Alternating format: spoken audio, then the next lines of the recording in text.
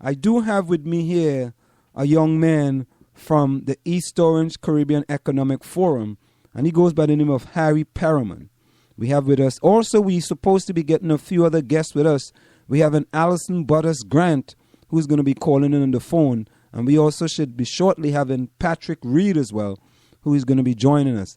But we're going to continue the discussion here about this East Orange Caribbean Economic Forum, the first of its kind, being held in Essex County District. It's being held in East Orange. So, Harry, say hello to the listeners out there and give us a little synopsis of what this East Orange Caribbean Economic Forum is all about. Okay. Good afternoon, listeners out there.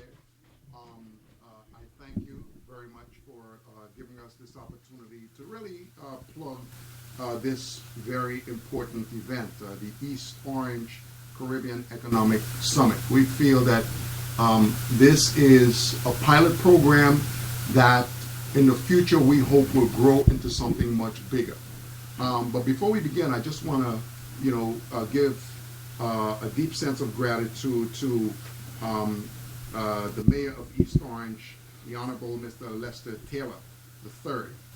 So when we brought this idea to him, we talked about doing an economic summit, an economic forum.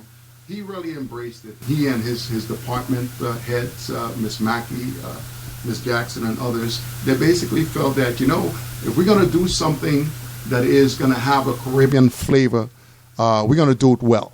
So what we're trying to do is to really position East Orange as a destination-friendly city that would embrace commerce and economic development partnership throughout the Caribbean and the United States.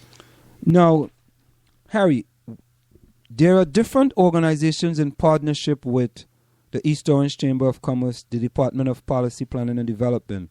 Now, there's the Guyana American Heritage Foundation and the Coalition of Caribbean American Commission. Tell me a little bit about the Guyana American Heritage Foundation, the Coalition of Caribbean American Commission. Okay. Well, let's start with the Guyana American Foundation. That organization is headed by Lady Ira, more affectionately known as Lady Ira, and Alison Butters Grant. Now, those two young ladies are the founders and president of the organization. Don't quote me on it, but I believe this organization has been in existence for over 15 years. I'll tell you this. Last week, I was at an event at East Orange City Hall. It was a flag raising, and I'll tell you what a gem. What a beautiful event it was to really see the coming together of members of the Caribbean community, leaders of the Caribbean community that came from New York, that came from Boston, that came from Philadelphia, but they all came together to really honor the 38th independence anniversary of Guyana.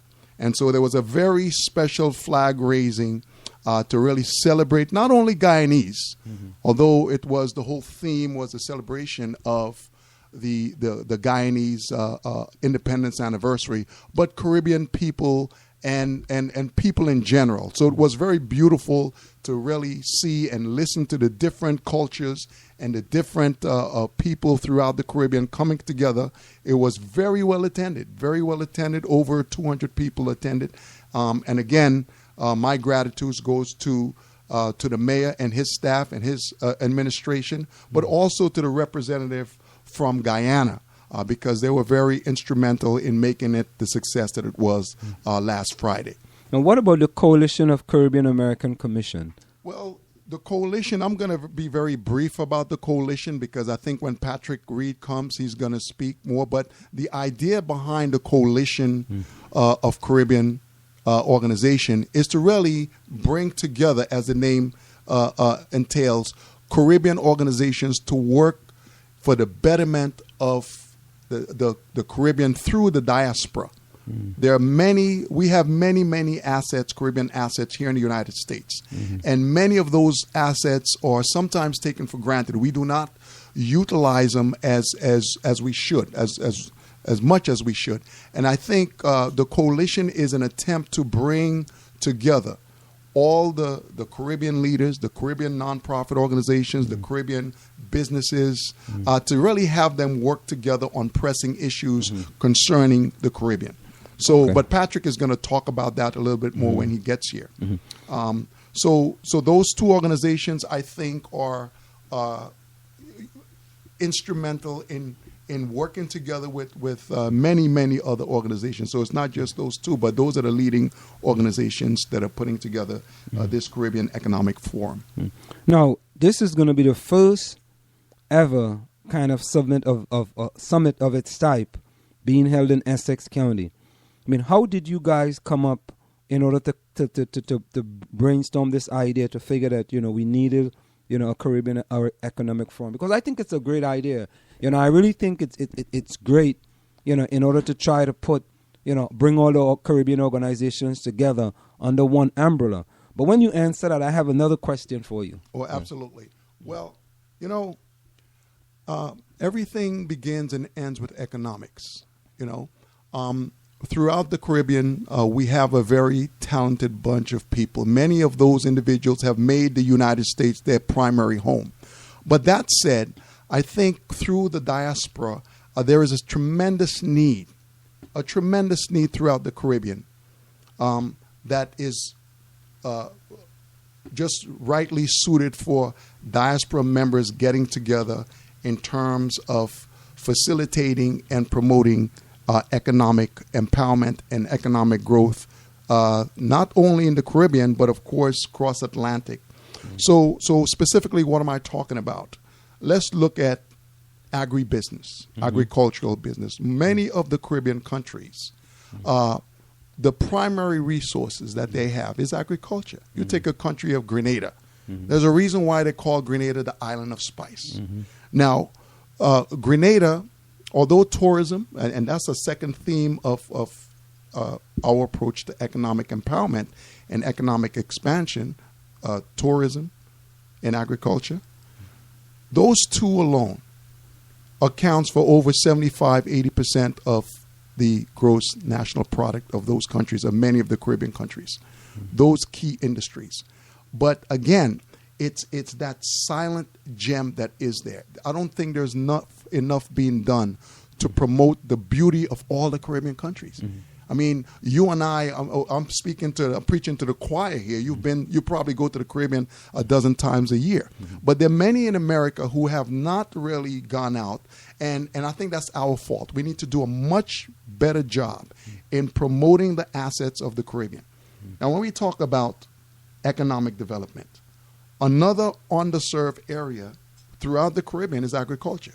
You see, I believe that the agricultural potential in the Caribbean has only touched the surface.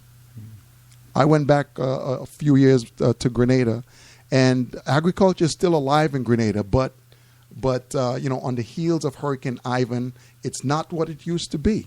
But yet, it's a very